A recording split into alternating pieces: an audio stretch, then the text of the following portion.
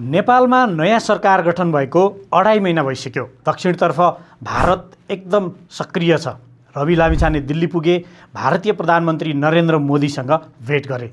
परराष्ट्र मन्त्री शिशिर खनाल भारत गए, विदेश मन्त्री एस जयशंकर र राष्ट्रिय सुरक्षा सल्लाहकार अजित डोभालसँग वार्ता गरे।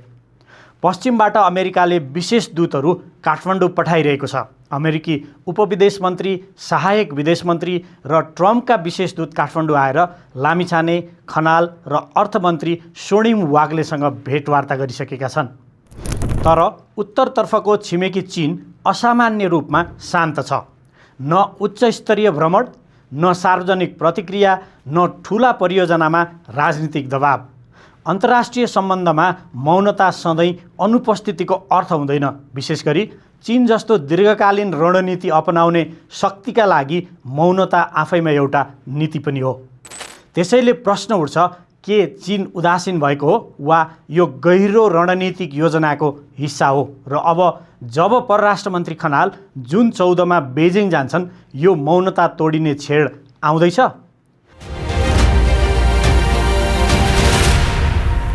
नमस्कार, डिकोडिङ जियोपोलिटिक्सको यो अङ्कमा हामी नेपालको नयाँ सरकारप्रति चीनले अपनाएको असामान्य मौनता कमजोरी हो कि रणनीति, र यसले नेपालको भूराजनीतिक भविष्यमा के अर्थ राख्छ भन्ने विषयमा चर्चा गर्दैछौँ।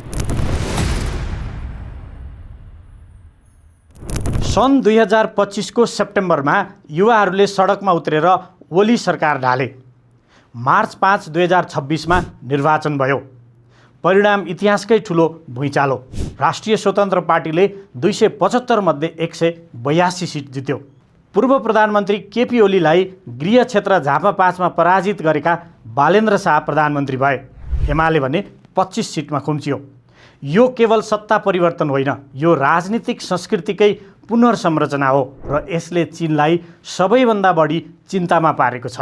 किनभने 2008 पछि बेजिङले एमाले र माओवादी मार्फत नेपालको नीतिमा आफ्नो प्रभाव जमाएको थियो। यिनै दलहरूको नेतृत्वमा नेपाल 2017 मा बेल्ट एन्ड रोड इनिसिएटिभ अर्थात् BRI मा प्रवेश गर्यो। सन् 2024 मा फ्रेमवर्क सम्झौता भयो। तर अब ती प्रिय साथीहरू सत्ताबाट बाहिर छन्। नयाँ सरकार पुराना सम्झौताहरूलाई स्वतः निरन्तरता दिने पक्षमा छैन। बरु प्रत्येक परियोजनालाई छुट्टा छुट्टै मूल्याङ्कन गरेर अघि बढ्ने नीतिमा गएको स्पष्ट सङ्केत देखिएको छ। चिनिया मौनता तत्कालको असर होइन। डिसेम्बर 24 मा प्रधानमन्त्रीका रूपमा केपी ओलीले बेजिङ भ्रमण गरे। त्यहाँ 3 वटा ठुला सम्झौता भए। चिलीमे रसुवागढी केरुङ 220 kV प्रसारण लाइन, काठमाडौँको रिङ रोडको दोस्रो चरणको निर्माण र केरुङ काठमाडौँ रेल मार्गको सम्भाव्यता अध्ययन। यी परियोजनाहरू चीनका लागि केवल पूर्वाधार होइनन्, नेपाल मार्फत दक्षिण एसियासम्म पहुँच विस्तार गर्ने दशकौँ पुरानो रणनीतिक महत्त्वाकांक्षाको कडी हुन्। तर रासपाका नेताहरूले सत्तामा आउनु अघि नै यी सम्झौताका शर्तमाथि प्रश्न उठाए। बालेन शाहले पनि BRI अन्तर्गतका 10 परियोजना मध्येको एक झापा 5 मा निर्माण हुने नेपाल चीन मैत्री औद्योगिक पार्कको विषयमा अनिच्छा देखाए। यो उनले जानाजान दिएको राजनीतिक सन्देश होइन। यसको अर्थ हो ओलीले गरेका सम्झौता नयाँ सरकारले आँखा चिम्लेर स्वीकार गर्न सक्दैन र यही कारण बेजिङले वेट एन्ड सीको बाटो रोजेको छ। चिनिया एक्जिम बैंकको $215.96 मिलियन ऋणमा बनेको पोखरा विमानस्थल BRI को सफलताका रूपमा प्रस्तुत गरिएको थियो। तर आज यो भ्रष्टाचार, ऋणभार र असफलताको प्रतीक बनेको छ। वार्षिक $3.2 मिलियन ब्याज तिर्नुपर्छ, तर नियमित अन्तर्राष्ट्रिय उडान नहुँदा राजस्व आर्जन गर्ने सम्भव छैन। अख्तियार दुरुपयोग अनुसन्धान आयोगले लागत अस्वाभाविक रूपमा बढाइएको, गैरकानुनी रूपमा कर तथा राजस्व छुट दिइएको र विमानस्थलको डिजाइन, नक्साङ्कन र परामर्शदाता नियुक्तिमा अनियमितता गरेको दाबीसहित 3 वटा छुट्टा छुट्टै मुद्दा दायर गरेको छ।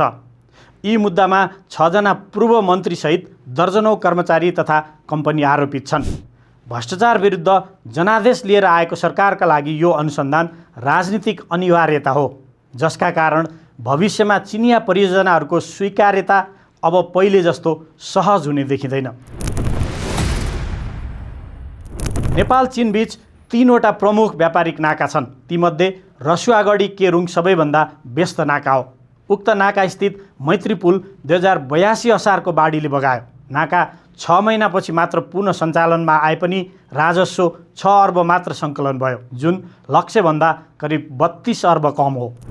त्यस्तै तातोपानी झाङु ऐतिहासिक नाका हो। यो नाका भूकम्प, बाढी पहिरो, कोभिड-19 र आगलागी जस्ता घटनाले पटक पटक प्रभावित हुँदै आएको छ। गत जनवरीमा पनि चीनको न्यालाम क्षेत्रमा डढेलोको कारण करिब 2 महिना नाका बन्द भयो। हाल खुला भए पनि पहिले जस्तो चहल पहल छैन। अर्को हो कोरला नाका। मुस्ताङको 4650 मिटर उचाइमा रहेको यो नाका नेपाल चीन व्यापारमा प्रमुख वैकल्पिक मार्ग बनेको छ। मुस्ताङ भन्सारबाट मात्रै 13 अर्ब 87 करोड रुपियाँको कारोबार हुनुले यसको ठुलो व्यापारिक सम्भावना देखाएको छ। तर उच्च ढुवानी खर्च यसको सबैभन्दा ठुलो चुनौती हो। यो नाकाबाट ढुवानी गर्दा प्रति ट्रक 2,50,000 रुपियाँ लाग्छ, जुन तातोपानीको तुलनामा 5 गुणा बढी हो र यसले आयात सामान 5 देखि 7% महँगो पार्छ। त्यसकारण यसलाई थप व्यवस्थित र 12 महिना चल्ने बनाउनु आवश्यक छ। तर गम्भीर कुरा, यी सबै नाका सञ्चालन गर्ने निर्णय ठुलो हदसम्म चिनिया पक्षकै नियन्त्रणमा छ। यस अर्थमा नेपालको व्यापारिक हित चीनको इच्छा शक्तिमा निर्भर देखिन्छ। आर्थिक सर्वेक्षण 2082-83 अनुसार नेपाल भित्रिने कुल स्वीकृत वैदेशिक लगानीमा चीनको हिस्सा करिब 47.9% छ। तर चिनिया लगानीको यो आकर्षक तथ्याङ्क प्रतिबद्धतामा मात्र सीमित देखिएको छ। नेपाल राष्ट्र ब्याङ्कका अनुसार स्वीकृत लगानी र वास्तविक रूपमा नेपाल भित्रिने रकम बीच ठूलो खाडल छ। लगानीको कागज बलियो देखिए पनि नेपाल र चीन बीचको व्यापारिक सम्बन्ध भने निकै असन्तुलित छ। गत आर्थिक वर्षमा चीनसँगको व्यापार घाटा अघिल्लो वर्षको तुलनामा 15% बढेर 3 खर्ब 38 अर्ब 47 करोड रुपियाँ पुगेको छ। नेपालले चीनबाट खर्बौँका विद्युतीय गाडी, मेसिनरी र लत्ता कपडा आयात गरिरहँदा चीनतर्फको निर्यात भने लगभग शून्य जस्तै छ। अर्थशास्त्रीहरूका अनुसार चिनिया लगानी वा ऋणमा सञ्चालित ठूला आयोजनाहरूमा ठेकेदार, परामर्शदाता र निर्माण सामग्री समेत चीनकै प्रयोग हुने हुनाले लगानीको ठूलो हिस्सा चीन नै जाने गरेको छ। प्रतिफल कमजोर भएका पोखरा अन्तर्राष्ट्रिय विमानस्थल जस्ता ठूला पूर्वाधारहरू व्यावसायिक रूपमा असफल भन्दा आयोजनाको अर्बौं रुपियाँ सावा ब्याज तिर्ने दीर्घकालीन ऋणको भार भने नेपालकै काँधमा थपिँदै गएको छ। चीन लगानी ठूलो गर्छ, नाफा चीनकै हुन्छ, ऋण भने नेपालको थाप्लोमा। चीन पूर्णतः निष्क्रिय छैन।